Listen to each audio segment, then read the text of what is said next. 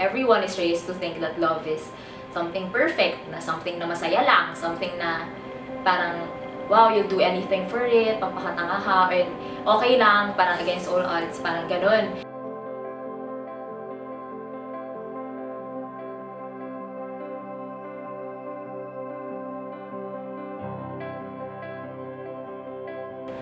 Ako si Maxine Erica Momaril. May mga kaibigan ko, tawag nila sa akin Max. Yung birthday ko, November 1, 1989. My name is Jonathan De Quiros. Nickname ko is John. I was born November 1, 1985. So before, ang gusto ko naman talaga, maging nurse, ganyan. Pero ngayon, eventually, napunta ako sa path na maging doctor. So, yan yung job ko ngayon. Actually, marami akong gustong gawin nung bata ako. Gusto kong maging abogado, gusto kong maging teacher, ganyan. Pero habang tumatanda ako, nakikita ko na there's something wrong with being a lawyer, with being a teacher, etc. So, well, I graduated engineering, but fate had different plans for me. I now work as a marketer for a telecommunications company.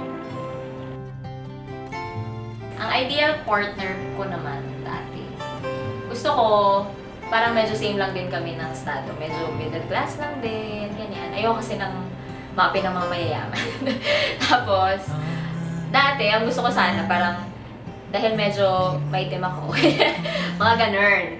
Tapos gusto ko ano lang, ang simple lang naman. Gusto ko lang, madali siyang makausap, kahit hindi siya sobrang matalino, kahit hindi siya sobrang mag-excel. Basta alam ko lang na hardworking siya. Ideal partner ko would be, on the physical side, gusto ko sana yung mestiza, tsaka chinita. Yun. Siyempre, in terms of height, since hindi naman ako ganun katangkaran, gusto ko yung almost the same height, if not medyo smaller than me or shorter than me. Si John, di ko siya binati kasi parang feeling ko masyado siyang formal. Yun yung first gathering kasi parang meeting, ganyan. So parang ay, masyado siyang formal. Naka-red pa siyang jacket, tapos naka-glasses siya, ganyan.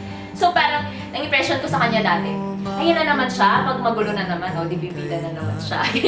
Siya na naman, ayusin na naman niya lahat. Di siya na magaling, ganyan ako. Medyo mapanlin lang yung Facebook profile niya. Kasi kung nakita mo yun, parang feeling mo ang tangkad-tangkad niya.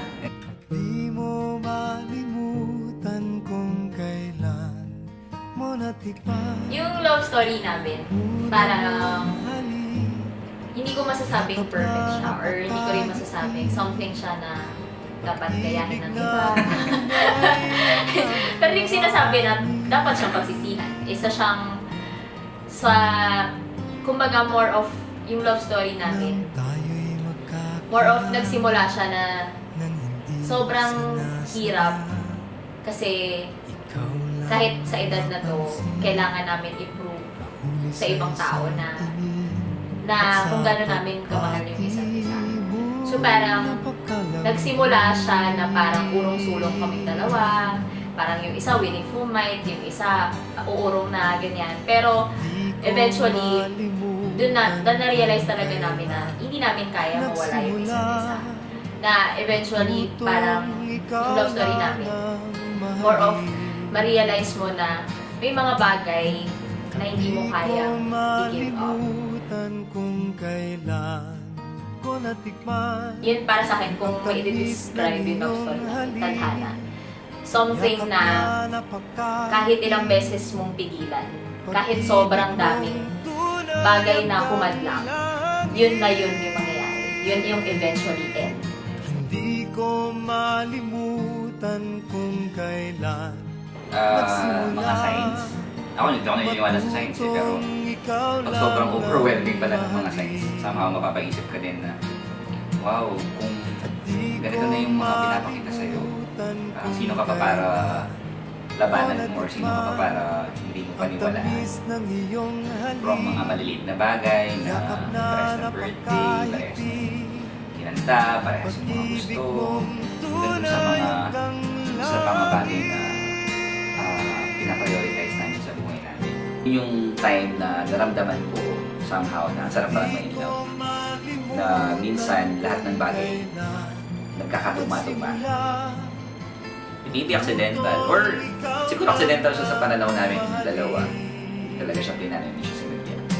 Pero somehow, there's a bigger force that made it possible for us to meet, for our paths.